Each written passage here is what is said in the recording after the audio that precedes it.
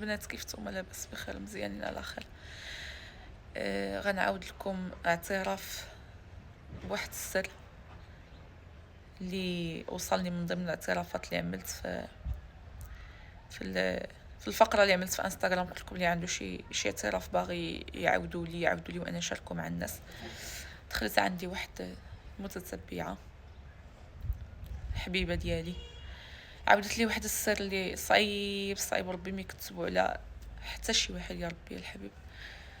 عاودت لي قالت لي انها ملي كانت صغيره، اول حاجه هي سيده دابا في الثلاثينات متزوجه الحمد لله، راجله من اطيب خلق الله، عندها وليدات الله يحفظهم لها يا ربي الحبيب وتعوضها خير ان شاء الله يا ربي. دعيو معاها كاملين بكم وبغيتكم كاملين بكم تخليو لهنايا الكومونتيرات ديال الدعوات، واللي عنده اي نصيحه تقدر تفيدها يكتبها لها. الله يجازيكم. او شي واحد من اهل الاختصاص يكون كوتش ولا شي حاجه يكتب لها شي نصيحه اللي تقدر تفيدها.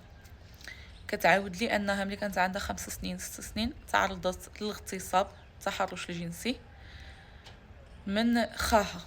للاسف خاها الكبير اللي كانت عنده 19 عام وهي طفله ديال 5 6 ديال السنين بالضبط.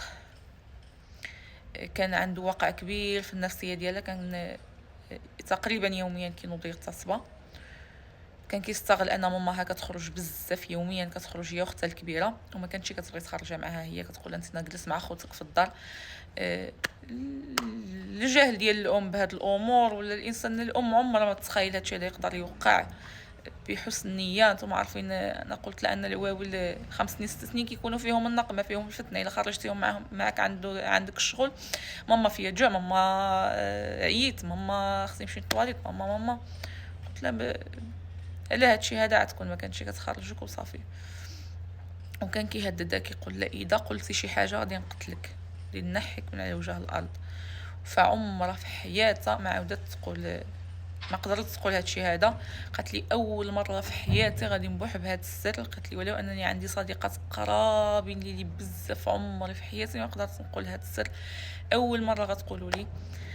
صيفطت لي واحد الاوديو فيه كتهضر بواحد الغصه وواحد التلعثم، وديك البكيه في الحلق ديالها كتوقف كتتزير من كثر حجم الالم اللي هي كتعيشه الحبيبه ديالي.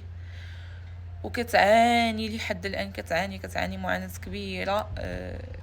خصوصا كتقول لي ان هاد خاها كيجي عندها هو وولادو، كيجي للدار. قالت خاها كيجي عندها نضار دابا عادي، هو ومراتو ووليداتو، يجي ويبقى جالس معاها مده، يطلقها في المناسبات، يدرعها ويبوسها ويتعامل عادي. هي هادشي هذا كيزيد يدمرها.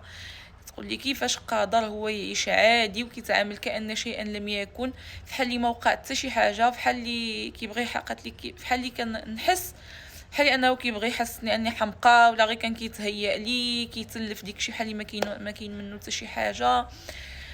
لدرجه قالت لي انني في العيد الا تلاقيته في الدار، قالت لي وناض تسلم عليا من وجهي كنكون معدله وجهي كنوض ندخل للطواليت ونغسلو.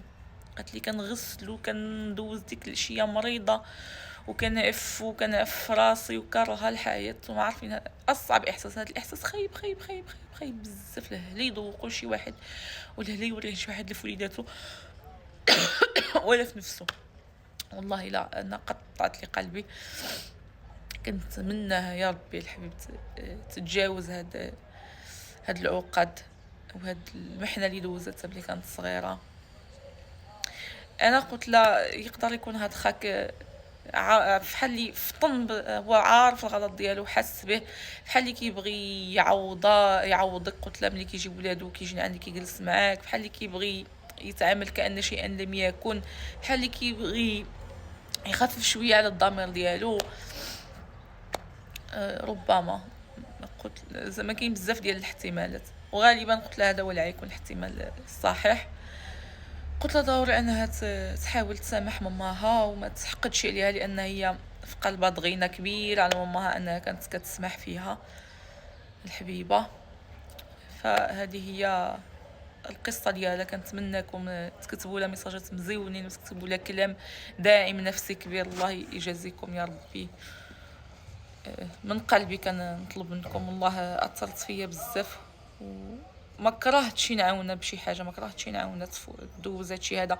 حنا كاملين عندنا عقد ديال الصغور، ما كاينش شي انسان ما عندوش شي عقد خايبه ديال الصغور اللي ملازمه حياته كامله. وحنا كل ما كنزيدو نكبروا كل ما كنزيدو نتفكروهم، كل ما كنزيدو نتاثروا بهم، ولكن كيكونوا بتفاوت.